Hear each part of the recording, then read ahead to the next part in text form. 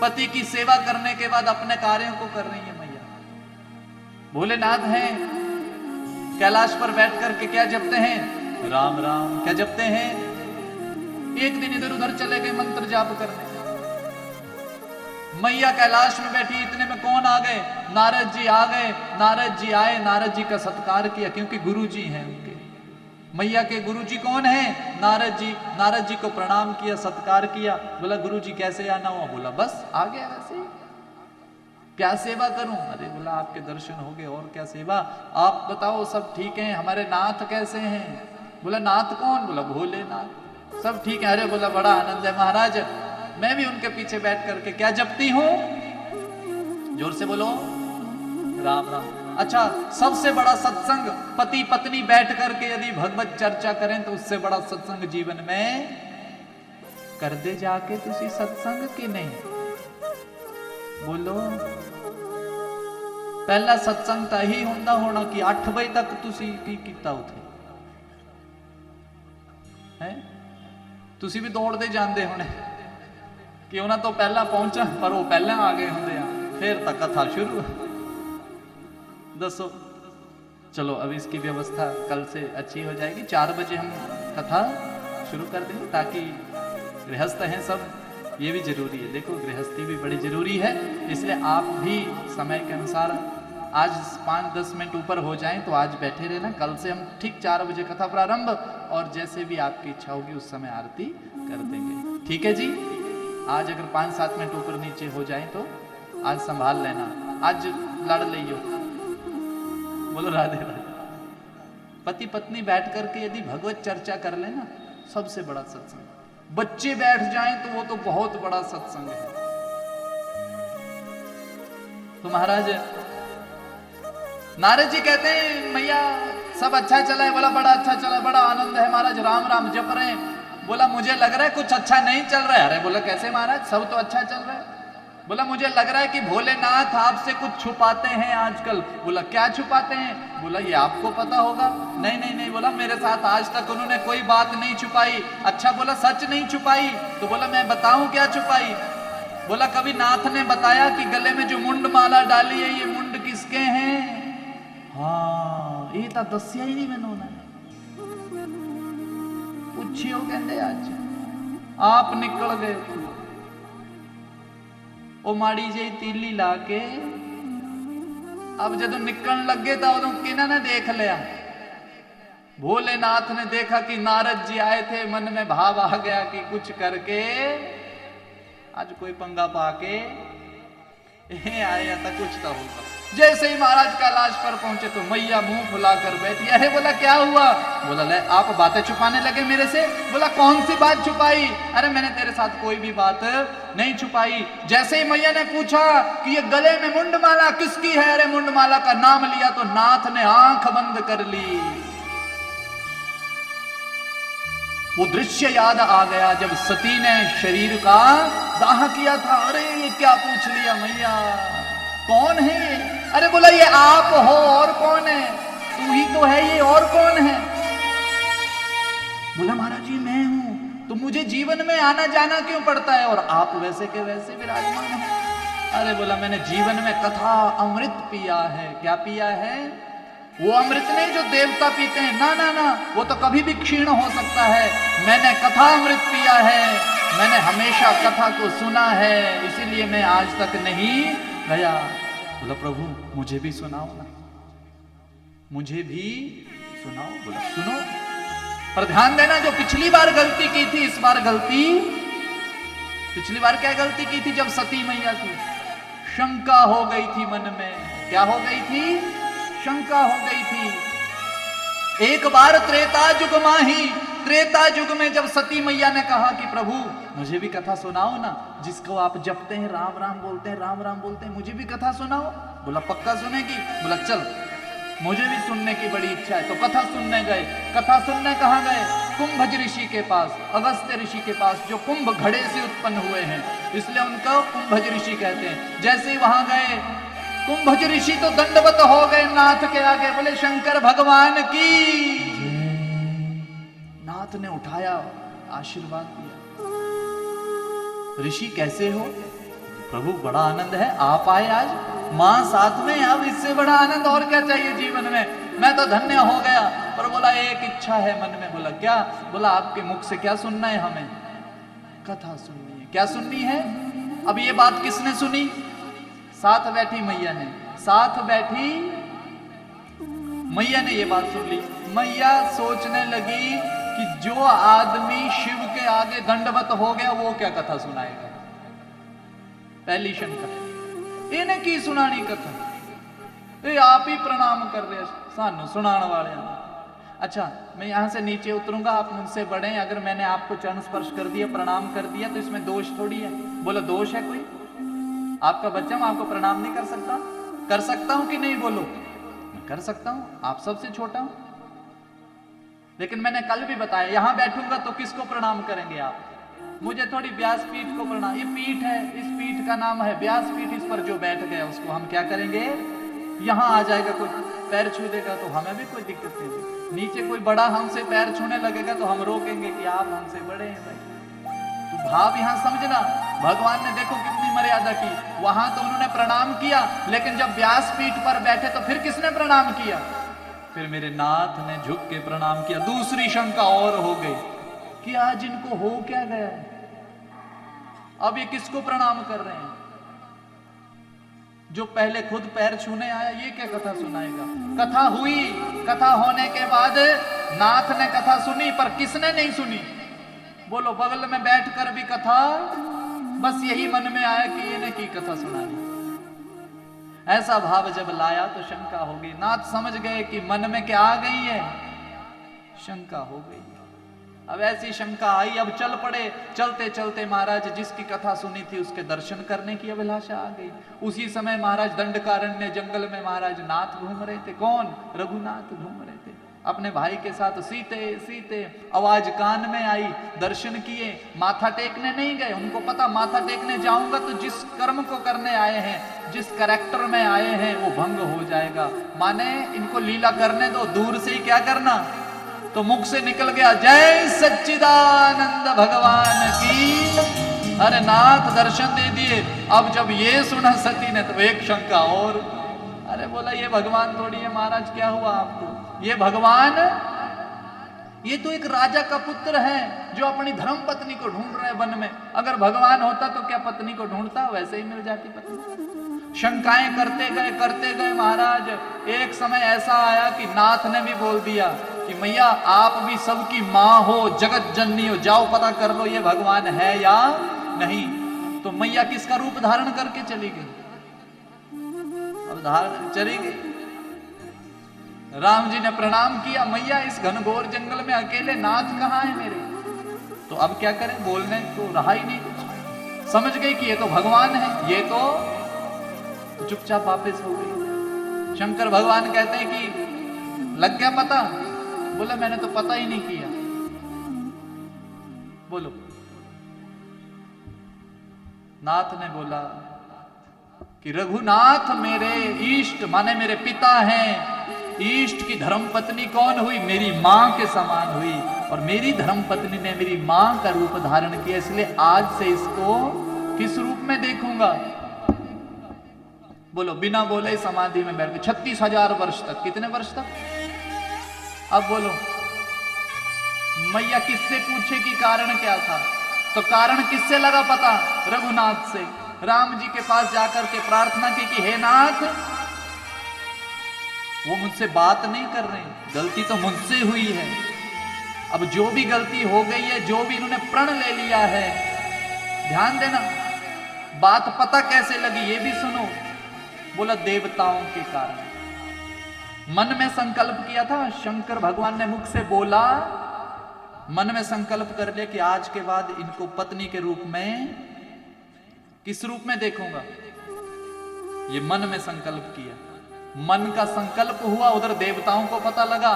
देवता तो पहले चाहते थे कि ये लीला आगे बढ़े, और आकर के बोलते हैं धन्य है भगवान, धन्य है। भोलेनाथ ने बोला क्या हुआ? बोला बड़ा अच्छा संकल्प ले लिया आपने।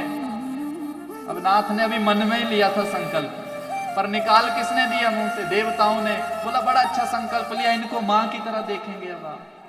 सती मैया समझ गई कि इन्होंने संकल्प तो राम जी की प्रार्थना की, राम जी से कहा कि नाथ ये शरीर कब छूटे और कैसे छूटे ये आपको पता होगा, आप कुछ ऐसी लीला करो कि ये शरीर छूट जाए और अगला जन्म जिस भी समय हो, जहां से भी हो, किसकी अर्धांगिनी बन के आऊं, नाथ की अर्धांगिनी बन के आऊं, ऐसा आशीर्वाद। और राम जी ने आशीर्वाद दिया महाराज। पर्वतस्य पुत्री इति पार्वती बन के आई, पर्वत हिमालय की पुत्री बन के आई महाराज। मां कहती है मैं कोई गलती नहीं करूंगी इस बार, मैं कोई गलती, आप कथा सुनाओ। अमरनाथ चले गए, उस गुफा में गए, डमरू बजाया, कोई रह ना जाए। एक शुक बैठा हुआ था महाराज, अंडे के ऊपर बैठा था, वो तो उड़ गया, अंडे से कौन निकल आया? छोटा सा तोता। अच्छा तोता एक इसमें अच्छा स्वभाव ये है कि जो से खाओ वो बोलना। अच्छा एक बात आपने गूढ़ तरीके से सोची, राम राम तो बोला, तोता भी बोलता है राम राम तो, पर राम नाम की महिमा का पता इसको बोलो है या नहीं? पर महिमा का पता किसको है? मनुष्य को। किसको? इसलिए आनंद जीवन में दो हैं, एक विषयानंद, एक परमानंद। परमानंद हम केवल मनुष्य जन्म में ले सकते हैं, विषयानंद तो इस जन्म में भी, बच्चे तो इसके भी हैं कि नहीं है? लेकिन परमानंद की प्राप्ति मनुष्य जन्म में प्राप्त हो सकती, अन्यथा नहीं होने वाली। महाराज बड़ा आनंद हुआ, तोता तो उड़ गया, वो जो जिस अंडज के ऊपर बैठे थे वहां से एक तोता निकल आया था। और बैठे बैठे नाथ कहते हैं कि देखो मैया मैं कथा सुनाऊंगा तो मैं अंतर ध्यान हो जाता हूं, मेरी आंख बंद हो जाती है, मुझे तो अपने इष्ट के दर्शन होते हैं, इसलिए आप क्या करना, करते रहना। क्या करते रहना? बोलो। जब मैं आंख बंद करके सुनाने लगना तो फिर इतने मैंने कुर्सियां ही लभनियां, फिर तुसी निकल गए होने सारे, इसलिए हमें आंख खोल के सुनानी पड़ती है कि रुको भाई, तुसी भी रुक जाओ, है ना? बोलो राधे राधे। तो बड़ा आनंद हुआ महाराज, कथा प्रारंभ हुई, मैया हुंकारा भरने लगी। क्या भरने लगी? हुंकारा भरने लगी। भगवान कृष्ण के जन्म तक देखो, जब सती मैया ने कथा सुनी तो राम कथा सुनी, और पार्वती मैया ने कथा सुनी तो कृष्ण कथा सुनी। कौन सी? कृष्ण का जन्म हुआ, जन्म के बाद जब कृष्ण लीला होने लगी तो उस समय मैया हुंकारा भरना, सोई नहीं मैया, प्रकृति सोती नहीं। मैया इतनी मग्न हो गई, इतनी मग्न हो गई कि हा कृष्ण भगवान मेरे घर भी आ रहे हैं। क्या चुराने? ये माखन चुराने लगे, और मैं कन्हैया को देख रही हूं, निहार रही हूं। इतनी मग्न हो गई कि हुंकारा भरना, और हूं की आवाज शुरू से किसने सुनी थी? तोते ने। तो तोता क्या करने लगा उनकी जगह? करने लगा। कथा को विश्राम हुआ, भोलेनाथ ने बोला सच्चिदानंद भगवान की। जैसे ही नाथ हिले तो मैया उठी, क्या हुआ क्या हुआ? अरे बोला क्या हुआ? कथा विश्राम भी हो गया, आपने सुनी नहीं कथा? अरे बोला महाराज मैं तो इतनी लीला में, जो आप बोल रहे थे मुझे लग रहा था कि कन्हैया बिल्कुल समक्ष बैठ करके वो सारी लीलाएं कर रहे हैं, मैं तो इतनी आनंदित हो गई। अरे बोला तूने हूं नहीं किया था? हूं किसने किया? फिर इतने में तोता तुरंत उड़ा, नाथ ने त्रिशूल उठाया और दौड़े पीछे। अब शुक आगे आगे, और नाथ, अरुणी देवी व्यास जी की धर्मपत्नी, उसने भी एक जमाई ले ली, और उसने भी छोटा रूप धारण करके उनके मुख में जाकर के सीधे गर्भ में जाकर के 12 साल तक रहे। कितने साल? बाहर तो आए ना। व्यास जी हाथ जोड़ के बोल रहे महाराज आओ बाहर। बोला नहीं। बोला क्यों? अच्छा सुनो, जिसने शिव के मुख से ही कथा सुन ली वो तो साक्षात शिव ही हो गया। कहा था ना उन्होंने व्यास जी को कि मैं ही आपका, ये लीला देखो कितनी सुंदर थी। गर्भ में चले गए, भोलेनाथ ने आशीर्वाद दिया, लेकिन एक आशीर्वाद रह गया। बोला किसका? बोला देखो जब भी जन्म होता है किसी का तो सबसे पहले माया पकड़ती है। कौन पकड़ती है? गर्भ में हमें सब कुछ याद होता है, कथा में बैठे होते हैं तो सब कुछ याद होता है, लेकिन जैसे ही यहां से बाहर जाएंगे, संसार में चले जाएंगे, फिर बात क्या करेंगे? आज की बढ़िया छेती चलो थाली छेती चक लो, बाद चो ठंडी हो जाएगी। अच्छा हुई संसार की बात की नहीं? ये भैन जी सूट कितों लेता तुसी? मैनू कल दस दईओ एड्रेस, मैं भी इत्थों ही लेना। अच्छा संसार की बातें चली कि नहीं? चल पड़ी ना। लेकिन कथा में, गर्भ में, और जब किसी की मृत्यु हो जाए उसकी अग्नि को देखते हैं जब, तो क्या बोलते हैं कि हाँ जीवन इतना ही है बस। अच्छा वैराग्य की बातें करने लगेंगे, पर जैसे ही उधर अग्नि शांत हुई फिर बाद चो मोबाइल फड़ के, हाँ जी किथे बैठे तुसी, मैं आने लगा, माने फिर संसार में चले गए। तो यहां चलो संसार में जाना बहुत जरूरी है, लेकिन अध्यात्म के साथ जुड़ना भी बड़ा देखो कर्म तो करना पड़ेगा भाई। अगर किसी की दुकान है, किसी का बिजनेस है, वो भी तो देखना पड़ेगा, वो भी देखना पड़ेगा। लेकिन उसके साथ साथ क्या करना पड़ेगा? अध्यात्म के साथ भी हमें जुड़ना पड़ेगा। बोलिए सच्चिदानंद भगवान की जय जय श्री राम। 12 साल हो गए महाराज, व्यास जी कहते हैं अब तो आओ महाराज बाहर। बोला नहीं आऊंगा। बोला क्यों? बोला माया पकड़ लेगी।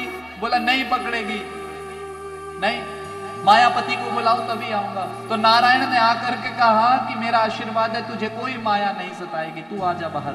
बाहर निकले, शास्त्र कहते हैं यज्ञोपवीत संस्कार भी नहीं हुआ था, उसी समय घर छोड़ करके यम प्रव्रजंतमनुपेत पेत कृत्यम द्वैपायनो विरहकाकार आजुहावह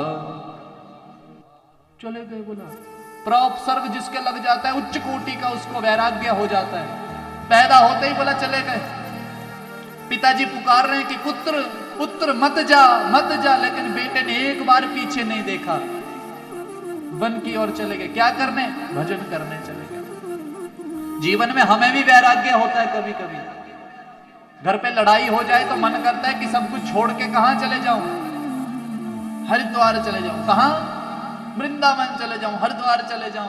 लेकिन रात गई, सवेरे चाह नहीं आई, आज चाह च मिठा कितना पाता, वैराग्य दूर हो गया। रात ਨੂੰ ਤਾਂ हरिद्वार पहुंच गए सी, बस भी फड़ ली सी, कपड़े पैक हो गए सी, सवेरे वैराग्य डिलीट। बोलो राधे राधे। ये वैराग्य नहीं, वहां तो उच्च कोटि का वैराग्य। पैदा हुए चल पड़े। बोला मेरा पिताजी कौन, पिताजी कौन, माताजी कोई कुछ नहीं है। ये तो संबंध हैं, जुड़ते रहेंगे, चलते रहेंगे, बिगड़ते रहेंगे। वो चले गए वन में जाकर के भगवान का भजन करने लगे। ऐसा उच्च कोटि का महाराज वैराग्य। आज व्यास जी ने भागवत जी रचना कर दी है, अब सुनाए किसको? याद आई, बोला एक ही तो है जिसको सुनाना चाहिए। बोला कौन? बोला मेरा पुत्र, जिसके पास उच्च कोटि का वैराग्य है, जिसने सब कुछ छोड़ छाड़ कर वन में जाना निश्चित कर लिया। इससे बड़ा वैरागी कोई हो नहीं, इसलिए बोला अपने पुत्र को सुनाऊंगा। पर बोला वो मिलेगा कहां? जो कहीं ना मिले वो भगवान की कृपा से मिल जाता है। पर कैसे? बोला उन्होंने क्या किया, अपने 2 शिष्यों को 2 श्लोक रटा दिए। बोला जाओ जोर जोर से बोलो इन श्लोकों को जंगल में जाके। अगर मेरा बेटा कहीं सुन रहा होगा तो भगवान की महिमा सुनने जरूर आएगा वो, क्योंकि वो मुझसे ज्यादा प्रेम किससे करता है? भगवान से करता है। और होना भी ऐसा ही चाहिए। जिनको आपने पाल पोस कर बड़ा किया, जिनके लिए आपने घर बनाए, वही सबसे पहले कहेंगे कि छेती करो टाइम हो गया। वही सबसे पहले आपको उठाने की बात करेंगे, ये नहीं बोलेंगे कि इसको रख लो। अरे तो फिर सत्य क्या है? बोला भगवान का भजन ही सत्य है। सत्य हरि भजन जगत सब सपना। ये तो स्वार्थ की दुनिया है महाराज। आप जितना कर्म कर रहे हैं, ये तो कुछ कर्म हैं जो अगले पिछले रह रहे हैं, उनको निभा रहे हैं आप। सुख दुख आप जितना भी मिल रहा है आपका, यह कोई होगी कर्मों की गति। इसलिए असली यात्रा जो है उसको याद रखो। वो यात्रा जरूर होनी है हमारी, जो मर्जी कर लो। तो महाराज एक शिष्य ने महाराज जोर से श्लोक बोल दिया। अब श्लोक क्या बोला? वरहापीडं नटवर बभुः कर्णयो कर्णिकारं बिभ्रत्वा सह कनक कपिशं वैजयन्तीं च मालाम् रंध्रान वेणुरधरसुधयाः पूरयन् कोपबिन्दैर्बृन्दारण्यम् स्वपदरमणं प्राविश्यत गीतकीर्तिः। बोला मोर पंख धारण किए हुए पीतांबर ओढ़े हुए बंशी बजाते गौओं को चराते हुए कोई वृंदावन में प्रवेश कर रहा है। कौन? बोला मेरे बांके बिहारी हैं जो वृंदावन में प्रवेश कर रहे हैं। मोर पंख धारण किया है, पीतांबर ओढ़ा हुआ है, बांसुरी हाथ में और वृंदावन में प्रवेश कर रहे हैं। क्या सुंदर झांकी है। अरे अरे अरे ये श्लोक किसने सुना? शुकदेव ने सुना। अरे बोला इससे तो मैं भी मिलना चाहता हूं, इससे तो समाधि भंग हो गई, खड़े हो गए कि बोला जहां से आवाज आई उस तरफ जाऊं, मैं भी तो मिलना चाहता हूं इस मोरपंख वाले से। लेकिन इतने में ख्याल आया कि ये इतना बड़ा इंसान, देखो बड़े आदमी से मिलने के लिए पहले पीए से मिलना पड़ता है। किससे? पहले जाकर के सिफारिश लगाओ कि मैं भी मिलना चाहता हूं, पता नहीं कितना समय लग जाएगा। अब ये मिलेगा भी या नहीं मिलेगा, तो फिर से समाधि में बैठने लगे।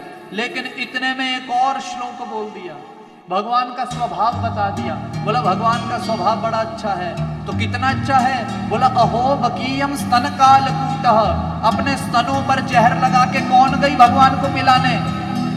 जोर से बोलो, पूतना। बोला पूतना जहर पिलाने आई थी, उसकी भी गति कर दी। किसने? माने जो जहर पिलाने आई थी उसको भी भगवान ने भव से, बोलो जो फूल चढ़ाने जाएगा क्या उसकी गति नहीं होगी? जो माथा टेकने जाएगा क्या उसकी गति नहीं होगी? बोलो होगी या नहीं? तो बोला उसकी भी गति भी कैसी की? गोद में जाकर के जैसे मां के साथ बैठता है बच्चा वैसे बैठे। अब पूतना की गति करने वाले मेरे ठाकुर जी हैं। शुकदेव कहते हैं अरे जिसने जहर पिलाया उसकी गति कर दी, मैं तो भगवान का भक्त हूं, मेरी गति अवश्य होगी। अब मैं नहीं मानूंगा, अब मैं जाऊंगा इसके पास। शिष्यों के पास गए, बोला और सुनाओ इसके बारे में। बोला हमें इतना ही आता है जी, गुरुजी ने इतना सिखाया था। कौन है? बोला आपके गुरुजी। बोला व्यास जी। अरे बोला व्यास जी तो मेरे पिताजी हैं, और पिता की संपत्ति किसकी होती है? उनके पास जितने भी ग्रंथ हैं वो सब मेरे ही हैं, फिर मैं क्यों नहीं सुनूंगा? तो दौड़े दौड़े चले गए। व्यास जी ने देखा, बोला जो पुत्र बुलाने पर नहीं आया, आज भगवान की कृपा से, भगवान की कृपा हमारे सभी कार्यों को सिद्ध कर सकती है, पर थोड़ा सा आपको प्रेम करना पड़ेगा। किससे? भगवान से। किससे? बोलो जोर से, किससे? करते हैं कि नहीं? अच्छा हाथ उठाकर बताओ कितना करते हैं भगवान से प्रेम? हाँ करते हैं। कई तो बड़े आराम नाल चल रहे हैं। हाँ असी भी आजकल लगे कर, आजकल। बोलो राधे राधे। तो महाराज अब सुखदेव जी को कथा सुनाई। बोला समय आने पर सुखदेव जी ने वही कथा परीक्षित को सुना दी। किसको सुना दी? परीक्षित को सुना दी। शौनकादि ऋषि कहते महाराज परीक्षित को सुना दी, ऐसा क्या हो गया था? बोला ये भी सुनो ध्यान से। अब अगली कथा सुनाने लगे। बोले सच्चिदानंद भगवान की जय। परीक्षित को क्यों सुनानी पड़ी? बोला ऐसी कोई कथा सुनाओ ना अब हमें। ऐसा क्या कर दिया परीक्षित ने जो 7 दिन तक उनको भी कथा सुननी पड़ी? बोला सुनो अब महाभारत की कथा आ गई। कौन सी कथा? अच्छा भागवत जी की कथा कब शुरू हुई पता है आपको? महाभारत का युद्ध समाप्त होने के बाद कौन सी कथा शुरू हुई? श्रीमद् भागवत महापुराण। आप समझे इस बात को? बोला जीवन में महाभारत खत्म होगा तो क्या मिलेगी? क्या मिलेगी? देखो महाभारत के एंड होने के बाद क्या मिली? भागवत। तो ये जीवन का जो महाभारत है इसको विश्राम कर दो, अब इसको विश्राम कर दो। बोले सच्चिदानंद महाराज की। अब आगे सुनाने लगे। बोला महाराज भीमसेन ने दुर्योधन का उरुदंड तोड़ दिया, अधमरा छोड़ दिया उसको। अब ना वो मरे ना जिए, टांगे ही तोड़ दी दोनों, अधमरा छोड़ दिया। गिद्ध ऊपर मंडरा रहे हैं। सब चले गए महाराज। इतने में अश्वत्थामा वहां आया। कौन आया? अश्वत्थामा जब वहां आया महाराज, वहां आकर के अश्वत्थामा ने वहां आकर के किसको देखा? दुर्योधन को देखा। किसको? दुर्योधन को देखा। श्रीमन्नारायण नारायण हरे हरे, श्रीमन्नारायण नारायण हरे हरे, श्रीमन्नारायण नारायण श्रीमन्नारायण नारायण हरे नारायण हरे हरे हरे हरे, नारायण नारायण हरे हरे हरे हरे, नारायण दोनों हाथ से तालियां जरा। श्रीमन्नारायण नारायण।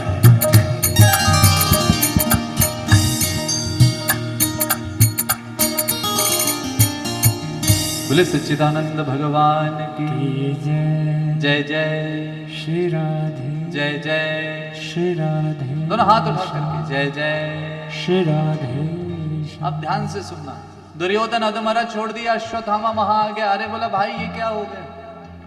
आपका वैभव मैंने देखा है जीवन में, कहां आप राजा थे और आज आप कहां मरणावस्था में पड़े हुए हैं।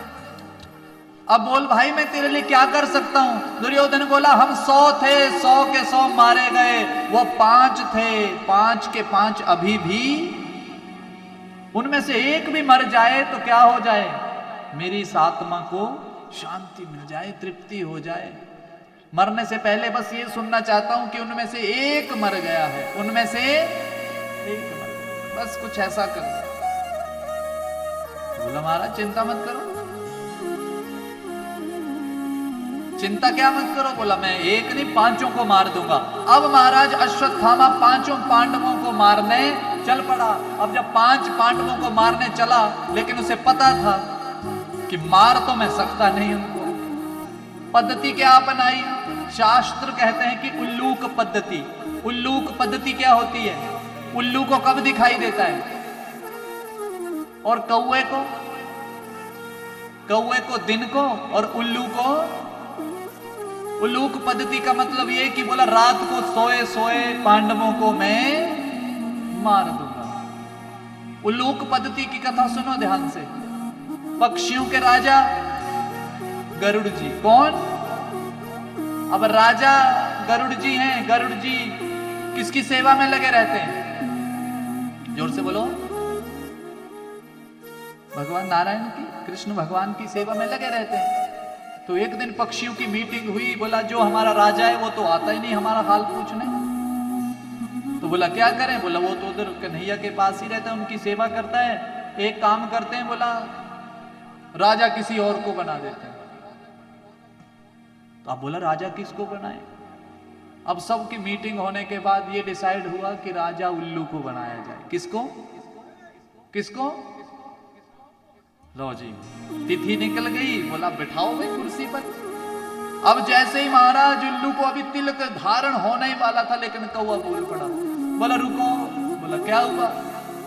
बोला देखो राजा कौन है? बोला गरुड़। करता क्या है वो? बोला कन्हैया की सेवा में लगा रहता है, हमें पूछता ही नहीं है। बोला आपने उसको पूछा? एक बार उससे बात कर लो जा करके कि महाराज अगर आप हमारे लिए समय नहीं दे सकते तो इस पद को छोड़ दो। ये बात तो हमें करनी चाहिए ना। उस बेचारे को पता ही नहीं है कि राजगद्दी से हटा दिया गया। कौवे ने बोला ये बात बिल्कुल सही बोली। अब उल्लू के मन में किसके प्रति बैर आ गया कि बेटा तुझे नहीं छोड़ूंगा मैं, तेरी वजह से राजा बनने से। उल्लू का आज भी देखना आप, उल्लू रात को सोता नहीं है। सोएगा कब? उसको रात को दिखता है तो जा करके कौवों का घोंसला ढूंढता है। आज भी उसका ये नियम है, रात को सबसे पहले किसको मारने जाएगा। और कौवे दिन को किसको ढूंढते हैं? क्योंकि उसको दिन को दिखाई नहीं देता। तो ऐसी पद्धति किसने अपनाई? अश्वत्थामा ने। रात को क्या हुआ? लेकिन कन्हैया की लीला देखो, कितना सुंदर मैसेज दे दिया हमें कन्हैया ने। कभी उच्च पदवी जीवन में मिल जाए तो बोला रात को घर में शयन नहीं। ये शास्त्र महाभारत कह रहा है। हमें यदि जीवन में उच्च पदवी प्राप्त हो जाए तो उस रात्रि को घर में शयन नहीं करना चाहिए। बोला क्यों? बोला यदि आपको उच्च पदवी मिल जाए तो रात को आपसे मिलने हजारों लोग आएंगे। कितने लोग आएंगे? और आपके गले में क्या डालेंगे? जोर से बोलो। फूलों की माला डालेंगे। और जब आपके गले में फूलों की माला होगी, आपको कंधे पर उठाएंगे, तो आपके मन में क्या आ जाएगा? बोलो। अभिमान आ जाएगा कि अच्छा अब मैं ही तो हूं बड़ा, इन सब ने मुझे उठा लिया, मुझसे बड़ा। तो जहां आता है अभिमान, वहां से चले जाते हैं। तो भगवान कृष्ण ने देखा कि ये 5 पांडव एक छत्र राजा हो गए। इनके मन में कोई भाव ऐसा ना आ जाए कि अब हम ही बड़े हैं, इसलिए उनका भाव वैसा ही बना रहे, भक्ति वाला। तो किसी आश्रम में ले गए। रात को पार्टी नहीं की उन्होंने, आश्रम में ले गए। आश्रम में गुरुजी बैठे अपनी सीट पर और उनको बिठा दिया नीचे। बोला बैठो प्रवचन सुनो। तो प्रवचन सुनने लगे। लेकिन उधर क्या हुआ? खुशी इतनी थी कि 5 पांडवों के 5 पुत्र जो हैं उनकी जगह सो गए। अब उनकी जगह सोए, उनको सोए सोए रात्रि में अश्वत्थामा ने 5 के सिर धड़ से अलग कर दिए। 5 को उठा करके दुर्योधन के आगे डाल दिए। बोला ले, तूने एक बोला था, मैंने कितने मार दिए, अब आनंद करो। तो उसको तो बड़ी खुशी हुई। बोला एक काम कर, दुर्योधन का सिर ला मेरे पास, कुचल डालूंगा मैं उसको जोर से। भीम का सिर ला इधर मेरे पास, क्योंकि उस भीम ने मुझे बहुत मारा है, उसका सिर ला। जैसे ही भीम का सिर पकड़ाया महाराज, जैसे ही दबाया वो तो दब गया। अब जैसे ही दबा, अरे बोला भीम का सिर मैं जानता हूं, मैंने 1000 प्रहार किए उसके सिर पर, उसके सिर पर कुछ भी असर नहीं हुआ। ये सिर भीम का नहीं हो सकता। अरे दिया जगा, जैसे ही दिए की लौ हुई, देखा और रोने लगा।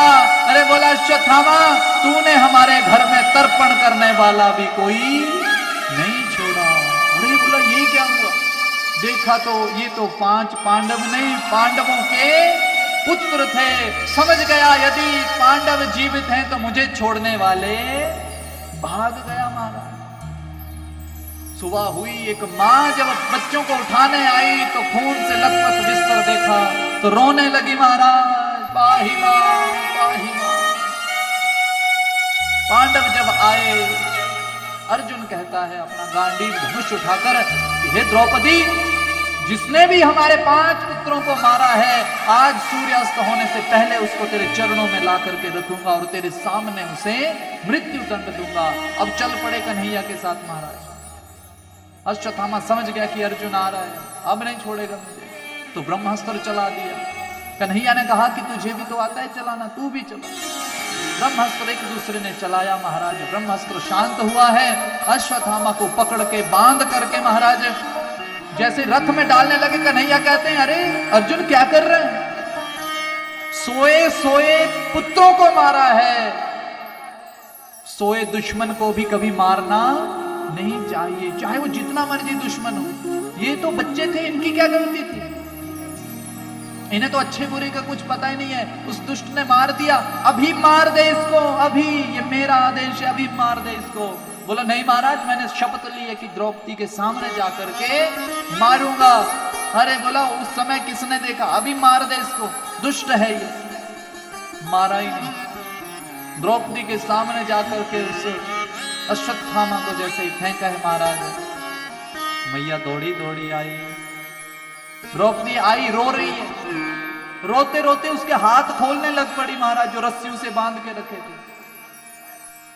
जैसे हाथ खोलने लगी, कहती है मुच्यताम मुच्यताम एषः नितराम गुरु। अरे महाराज, ये हमारे गुरु का पुत्र है और ब्राह्मण है। हम क्षत्रिय यदि ब्राह्मण को मारेंगे तो क्या होगा? ब्रह्म हत्या का पाप लगेगा। युधिष्ठिर कहता है कि बात तो बिल्कुल सही कही द्रौपदी, बात बिल्कुल सही कही, इसे नहीं मारना चाहिए। भीम कहता है गदा उठा करके, कोई मारे या ना मारे मैं इसे छोड़ने वाला नहीं। मैया कहने लगी महाराज इसे मारना उचित नहीं है, क्योंकि एक माँ ही अपने पुत्र का दुख मेरे 5 मारे गए, मैं समझ सकती हूं कि मुझ पर क्या बीत रही है। अरे इसकी मां उस पर क्या बीतेगी? मेरे पुत्र मारे गए, मेरे पास 5 पति हैं। कितने? 5 पति हैं, उसके तो पिताजी पहले ही मर चुके हैं, वो तो पहले ही मर चुके हैं, इसलिए महाराज उसकी मां अकेली क्या करेगी, इसे मारना उचित नहीं है। अर्जुन देखे कृष्ण की और कृष्ण बोलते हैं कि है इसी में थे, मार दे थे कौन मार ले। अब फंस गए महाराज, बोला प्रभु क्या करें, बोला मेरे को कुछ नहीं पता, अब जो करना है खुद कर। बोला महाराज कुछ तो उपाय बताओ। बोला शास्त्र क्या कहते हैं, बोला शास्त्र कहते हैं कि आतताई जो भी हो उसे छोड़ना, लेकिन बोला ब्राह्मण जितना मर्जी आतताई हो उसे मारना। बोला भगवान आप उपाय बता रहे हैं कि और फंसा रहे हैं, अब करना क्या है इसका। तो विद्रूप कर दिया, विद्रूप माने उसकी जो मणि लगी थी माथे पर ना वो निकाल दी, सिर मुंडवा दिया गया और धक्के मार करके शिविर से बाहर कर दिया। ब्राह्मण के लिए बोला यही सबसे बड़ी मौत हो जाएगी, जब जब सोचेगा ये दृश्य तो मरता ही रहेगा जीवन में। लेकिन महाराज उसके मन में बैर अभी भी खत्म नहीं हुआ, जैसे धक्के मार के बाहर निकाला तो एक ब्रह्मास्त्र और चला दिया। अच्छा ब्रह्मास्त्र अब किसके ओर चलाया, बोला उत्तरा की गर्भ के ओर। उत्तरा गर्भवती है, अभिमन्यु की पत्नी, क्या नाम है उनका, उत्तरा का गर्भ धारण है, उस गर्भ को ही नष्ट करने के लिए ब्रह्मास्त्र चलाया।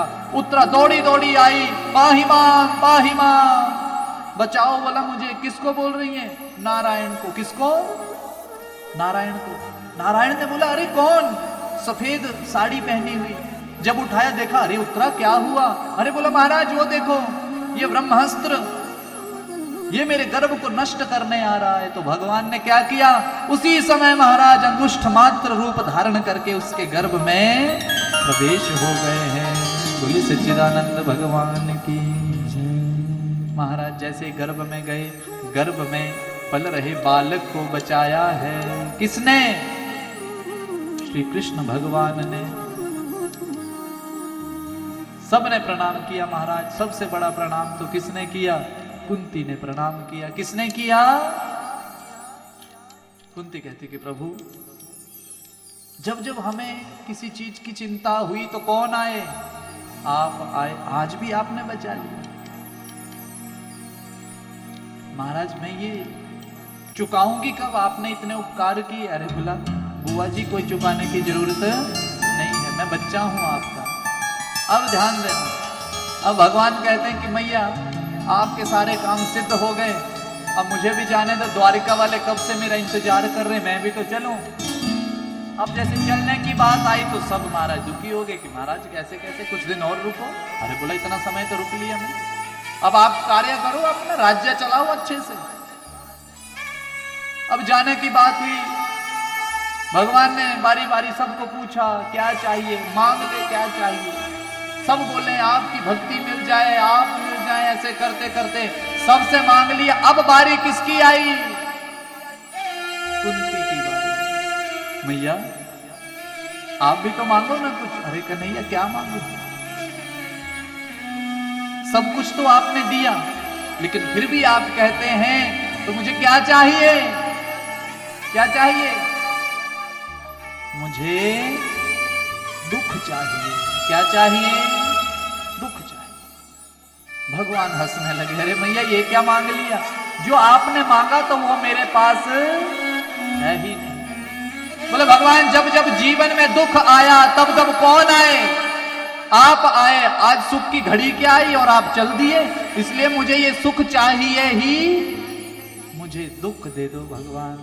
और द्रौपदी के जीवन में दुख ही है, ये कभी सुखी हुई नहीं। कुंती का जन्म शूरसेन के यहां हुआ, वसुदेव की बहन है, राजा भोज को दे दी गई, पैदा होते ही किसी और को दे दी। वहां पर थोड़ी बड़ी हुई, भगवान का मंत्र जाप किया। दुर्वासा मुनि ने एक मंत्र दिया था, अब उस मंत्र को जपने लगी ये देखने के लिए कि ये सिद्ध है भी या नहीं। वो सिद्ध मंत्र था, मंत्र जपा तो सूर्य नारायण प्रकट हो गए। बोला पुत्री मांग, बोला प्रभु मुझे कुछ नहीं चाहिए, मैं तो देख रही थी कि ये मंत्र कुछ काम भी करते हैं। बोला बेटी मैं आया हूं तो कुछ ना कुछ दे के जाऊंगा। तो बिना विवाह की गर्भवती हो गई। बोलो अभी विवाह हुआ नहीं है, गर्भवती हो गई, समाज क्या बोलेगा, छुप के बैठी। और दुख, पैदा हुई किसी को दे दी गई, वहां पालन पोषण हुआ, बड़ी होने लगी तो गर्भवती हो गई, प्रसव हुआ, पुत्र हुआ। बोलो, मां ने एक पुत्र को जन्म दिया, पाला पोसा नहीं, गंगा के हवाले कर दिया। और दुख, अब आगे सुनो। बोला विवाह किसके साथ हुआ? बोला पांडु के साथ। किसके साथ? माने उसको जन्म से ही एक रोग था। कौन सा? पीलिया। इसलिए उनको क्या बोलते थे? पांडु।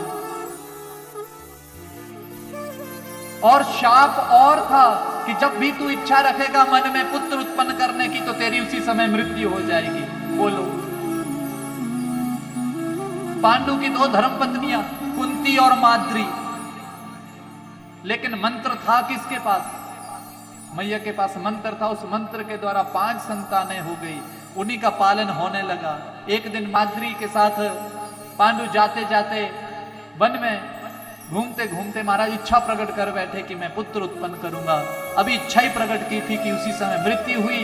माद्री ने यही सोचा कि मेरी वजह से ये राजा की मृत्यु हुई है, इसलिए स्वयं भी उनके साथ मृत्यु को प्राप्त हो गई। अब अकेली रह गई। और दुख। बोलो, सुख आया? पुत्रों को बड़ा किया पाल पोस कर। बताओ, एक माँ अकेली बच्चों को बड़ा कर रही है तो कितना उसने मेहनत की होगी महाराज। अब महाराज और दुख। अब जब हिस्सा बांटने की बात आई तो दुर्योधन कहता है कि सुई की नोक जितना भी इनको। और दुख। लाक्ष्य गृह में जलाने के लिए आ गए। और दुख।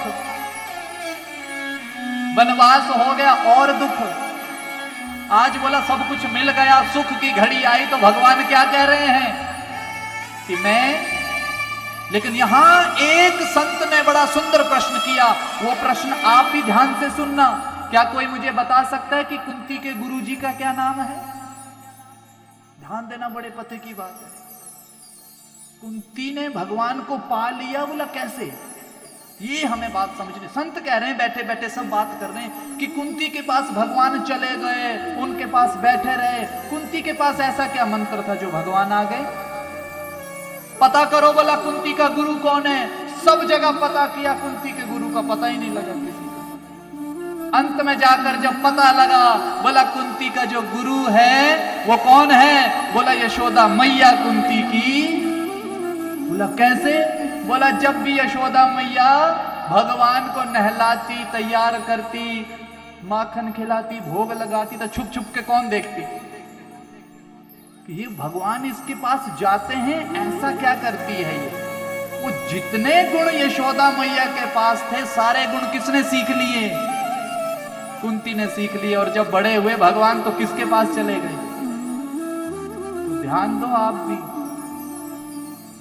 नियम बना लो। भगवान को यदि अपने पास बुलाना है, दौड़ने से भगवान मिलने वाले।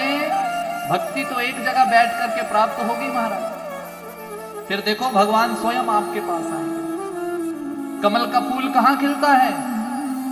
बोलो, कीचड़ में। सबको पता है, लेकिन वो कीचड़ नहीं है। उस जल में रहने वाले जितने भी वो जलचर हैं उनका वो मल है। क्या है? मल है। वहां से क्या उत्पन्न हुआ? कमल। लेकिन कमल को तोड़ने जब जाएंगे तो ध्यान देना, कभी देखना कमल तोड़ने वाले को।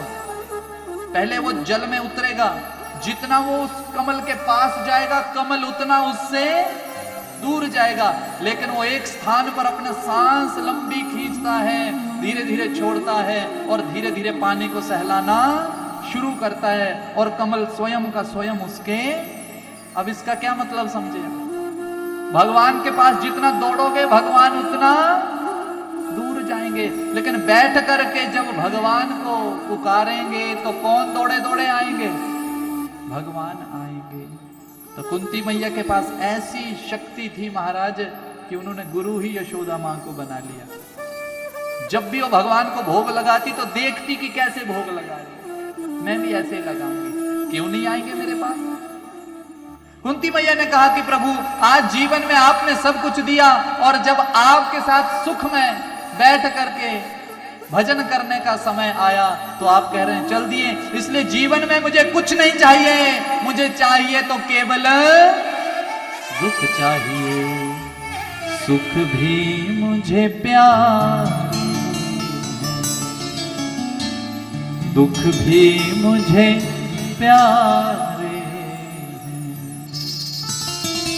छोड़ो मैं किसे भगवन, दोनों ही तुम्हारे, दोनों ही तुम्हारे हैं, दोनों ही तुम्हारे हैं। सुख भी मुझे प्यारे हैं, दुख भी मुझे प्यारे हैं।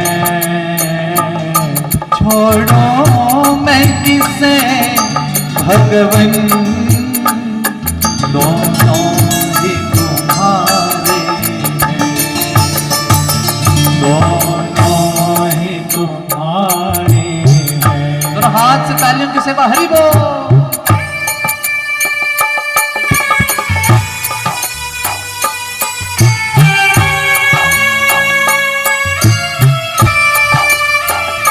जैसे कुंती मां ने पुकार की, आप भी मिलकर के वैसी पुकार करें, हरि बोल।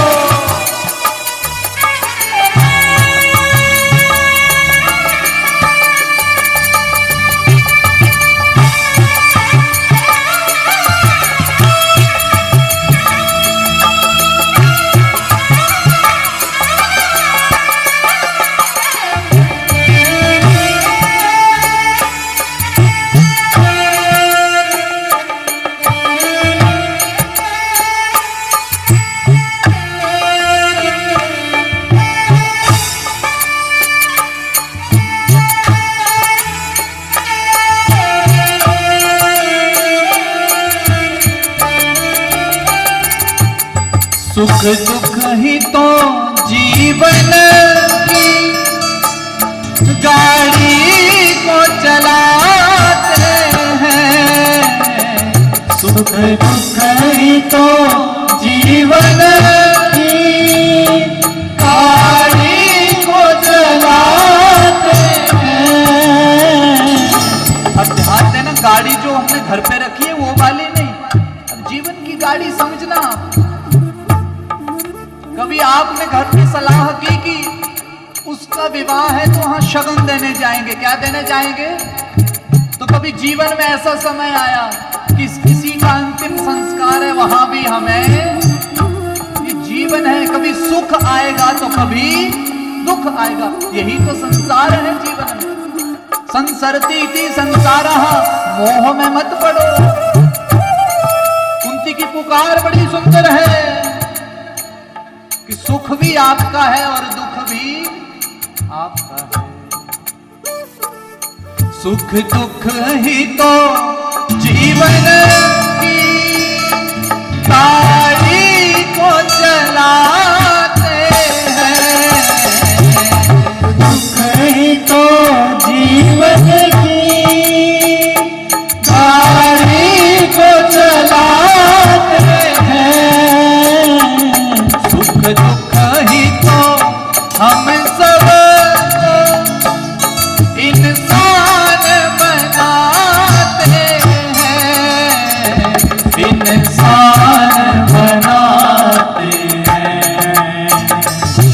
जीवन की नदियों के दोनों ही किनारे हैं। जीवन की नदियों के दोनों ही किनारे हैं। छोड़ो मैं किसे भगवन, दोनों ही तुम्हारे, दोनों ही तुम्हारे हैं, दोनों ही तुम्हारे हैं। सुख भी मुझे प्यारे हैं, दुख भी मुझे प्यारे हैं। हरि बोल।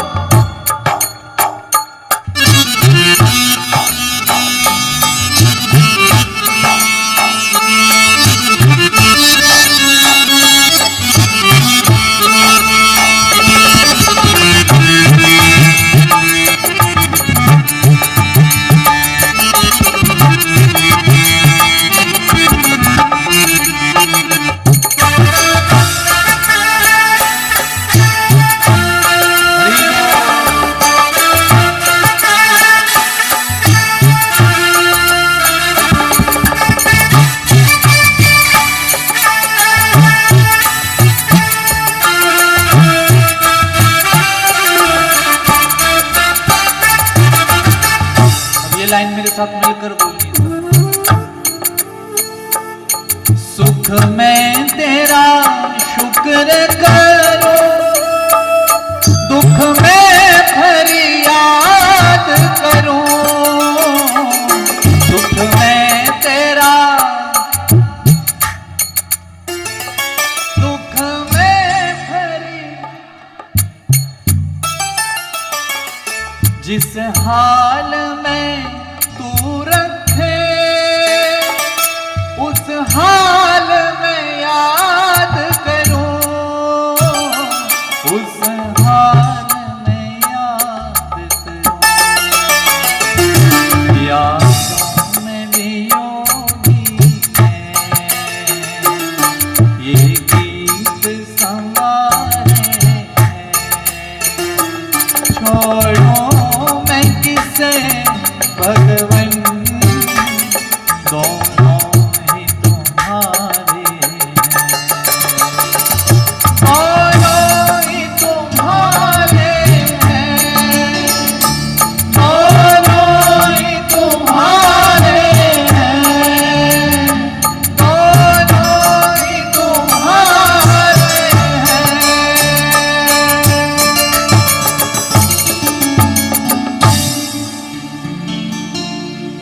दुख के माथे सिल पड़े जो नाम ही आते जाए, बलिहारी व दुख की जो पल पल नाम रटाए। बोला बलिहारी हूं मैं उस दुख की जो पल पल किसका नाम रटाता है, भगवान का। जब सुख आता है जीवन में तो हम भूल जाते हैं भगवान को, और जीवन में जैसे ही दुख आए तो फिर भगवान भी याद आते हैं। इसलिए हम स्वार्थी हो गए। लेकिन कुंती मैया कहती है प्रभु आज सुख आया, लेकिन मैं कहती हूं कि ये सुख रहने दो, मुझे क्या मिले जीवन में, दुख मिले। नमस्कार किया महाराज, नमः पंकज नाभाय नमः पंकज मालिने नमः पंकज नेत्राय नमस्ते पंकजाग्रये। महाराज भगवान को प्रणाम किया। भगवान कहते हैं मैया आपने दुख तो मांग लिया पर मेरे पास दुख है नहीं, मेरे पास दुख है नहीं, इसलिए मैं स्वयं ही तेरे पास रह लेता हूं। स्वयं भगवान रहने लग पड़े। बोला दुख तो है नहीं, मांगी ऐसा कुछ लिया। तो जीवन में भगवान से कुछ ऐसा मांगो कि बाद में आपको पछताना। तो अच्छा भगवान आपके सामने आ गए तो क्या मांगेंगे? देखो सोचने लग पे कि लिस्ट तो बहुत लंबी है? बोलो राधे राधे। जीवन है, जीवन में भगवान सामने आ जाए तो भगवान के दर्शन हो गए तो फिर क्या चाहिए किसी को? चाहिए किसी को? फिर तो सब कुछ मिल गया। इनको पता है कि आपको चाहिए क्या और क्या नहीं चाहिए। जो नहीं चाहिए हम तो वो भी मांग लेते हैं। और फिर किसकी प्राप्ति होती है? दुख की। किसकी? दुख का कारण क्या है? इच्छा। ये इच्छाएं ही हमारे दुख का कारण। जितनी इच्छा बढ़ती जाएगी उतना दुख आपका बढ़ता जाएगा। लेकिन आज हम दुखी क्यों हैं? दूसरे का सुख देखकर। क्या देखकर? हाय हाय उन्हें तो गड्डी भी ले ली, हाय मैं नहीं बनानी आज रोटी, कल गड्डी लेके आओ। चलो अगला तुर पिया गड्डी लेने, पता वे रोटी नहीं मिलनी। आप तो चाहते हैं कि गाड़ी आ गई हम सुखी हो गए। क्या सच में सुखी हो गए? देखो भाई गाड़ी आपको दी है भगवान ने, भगवान को पता है कि इनको जरूरत है इस चीज की, पर दूसरे ने खरीद ली, उसको देख करके आप खरीदने लगो तो फिर दुख की प्राप्ति होगी। क्या होगी? आपको प्रसन्न होना चाहिए कि अरे उसने गाड़ी ले ली, बड़ी अच्छी बात है, कभी हमें भी भविष्य में जरूरत पड़ी तो इससे मांग लेंगे, तेल हम डलवा देंगे, हमारा काम भी हो गया और इसका काम भी हो गया। इसलिए ईर्ष्या का त्याग ही भगवान की प्राप्ति है। ईर्ष्या का त्याग ही भगवान की प्राप्ति है। बोले सच्चिदानंद भगवान की। कुंती ने कैसे सुंदर कर्म किए होंगे? कुंती ने कितने सुंदर कर्म किए होंगे महाराज कि भगवान स्वयं रहने लग पड़े। अब ध्यान दो, ये कर्मों की गति है। जीवन में जो कर्म किया है उसका भुगतान हमें। किसी को राम राम बोलो तो आगे से क्या जवाब आएगा, और किसी को अपशब्द बोलो तो आगे से क्या जवाब आएगा? बोलो फूल थोड़ी बरसेंगे आगे से। जो करोगे वो यूनिवर्स है, ये प्रकृति है, जो फेंकोगे वही वापस आने वाला है। अच्छा फेंकोगे तो क्या अच्छाई साथ में आएगी, बुरा फेंकोगे तो बुरा ही आने वाला है। अब यहां बड़ी सुंदर कथा आ रही है। अगली स्तुति तो भीष्म जी की है, लेकिन इससे पहले कर्मों की बात सुन लो। पांचों पांडव स्वर्गारोहण करने लगे। क्या करने लगे? स्वर्ग की ओर जाने लगे। द्रौपदी मां साथ में है। कौन साथ में है? द्रौपदी। अब स्वर्ग की ओर तो चल पड़े, लेकिन बोला जब स्वर्ग के रास्ते की ओर चले तो सबसे पहले द्रौपदी गिर गई। कौन गिर गई? बोला द्रौपदी क्यों गिरी भाई सबसे पहले? अब देखो कर्म, हम कर्म करते सोचते हैं कि किसी ने नहीं देखा, ऐसे बोलते हैं ना, पर याद रखना देखने वाले ने, जिसने असल में देखना था उसने देख लिया। संसार देखे या आप अच्छा करोगे, आप सोचते हैं हम अच्छा कर रहे हैं, किसी ने तो देखा ही नहीं। मैंने हुण मैं झाड़ू रोक के लावा, जब सारे आ जाओगे सारे ने कहना कि हो उन्हें सेवा की थी। तो ऐसी सेवा का कोई, शबरी मैया सेवा करती थी संतों की। कैसे? जब सारे संत सो जाते थे तब जाकर जाग कर सेवा करती थी, उनके उठने से पहले सेवा करके चली जाती थी। किसी को पता ही नहीं, सारे देखते थे कि ये सफाई करता कौन है इतनी सुंदर। ये सेवा है। ये पता लग गया तो फिर फायदा क्या? एक पति पत्नी, अब ध्यान देना, एक पति पत्नी अच्छा जीवन व्यतीत करते थे, लेकिन उनमें पत्नी ज्यादा भक्त थी और पति कम भक्त था। कम भक्त मतलब कि पत्नी ने पति को कभी राम राम बोलते भी नहीं देखा। पत्नी बड़ी चिंता में रहती थी कि मैं इतनी पूजा करती हूं, मेरे पति कभी पूजा करते ही नहीं है, अब क्या करूंगा? इनके मुख से कैसे राम राम निकलवाऊं कभी? ये तो राम राम बोलते नहीं, और पत्नी का काम है पति को धर्म के रास्ते पर ले जाए। तो महाराज हुआ क्या? एक दिन क्या हुआ, बहुत समय बीत गया, सोए सोए स्वप्न में पति के कौन आ गए? ठाकुर जी आ गए। कौन आ गए? जैसे ठाकुर जी आए, अब रात को ठाकुर जी स्वप्न में आए, ठाकुर जी के दर्शन कर रहे हैं, और सोए सोए मुख से क्या निकल गया? हरे कृष्ण। क्या निकला?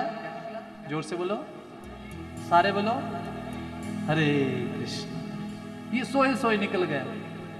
पत्नी बड़ी प्रसन्न हुई कि इनके मुख से मैंने क्या सुन लिया, बोलो।